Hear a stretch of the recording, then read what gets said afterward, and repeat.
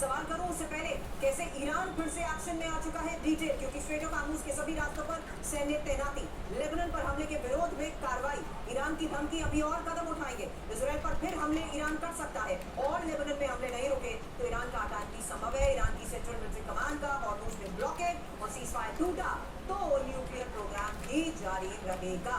यही press TV की report में दावा किया गया है, लेकिन हॉर्मुज में ईरान की नाकेबंदी का कोई असर नहीं हो रहा है। ईरान की नाकेबंदी पर अमेरिका ये दावा कर रहा है। हॉर्मुज में जहाजों का ट्रैफिक सामान्य है, 24 घंटे में 55 कार्गो जहाज हॉर्मुज से गुजरे हैं।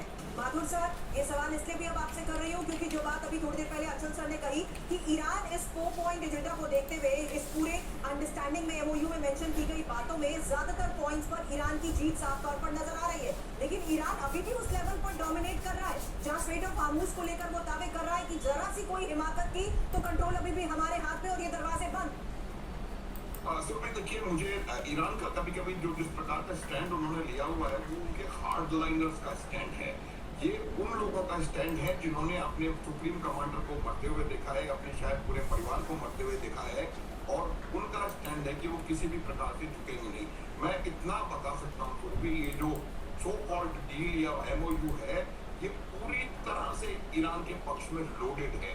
सिर्फ एक या दो इश्यूज ऐसे हैं जहां पर ऐसा लगता है कि अमेरिका भी थोड़ा बहुत अपना ले रहा है, पूरी तरह से लोडेड है। इफ यू वांट एक एक करके 14 के 14 इश्यूज हम डिस्कस कर सकते हैं, बिल्कुल। तो जहां तक सवाल ईरान का है, अब उनको पारदर्शिता दिखानी पड़ेगी और उनको ये देखना पड़ेगा कि कैसे वो इसको कर लेते हैं। आप देखिए जितने पैसे इनको कहाँ से आ रहे हैं, इज नॉट ए इशू। जितने पैसे इनके लिए सेट असाइड किए गए हैं वो पैसे उनके जीडीपी से ज्यादा है।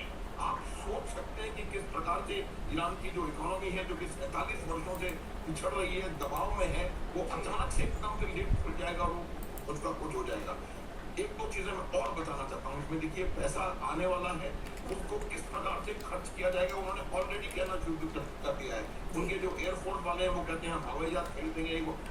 कोई भी किसी भी अच्छी स्कीम की बात नहीं कर रहा है, रिकंस्ट्रक्शन रीबिल्डिंग की बात नहीं हो रही है। वो सिर्फ और सिर्फ अपनी सेना कैसे दोबारा शक्तिशाली बनाई जाए इसके ऊपर बातचीत कर रहे हैं। ये एक बहुत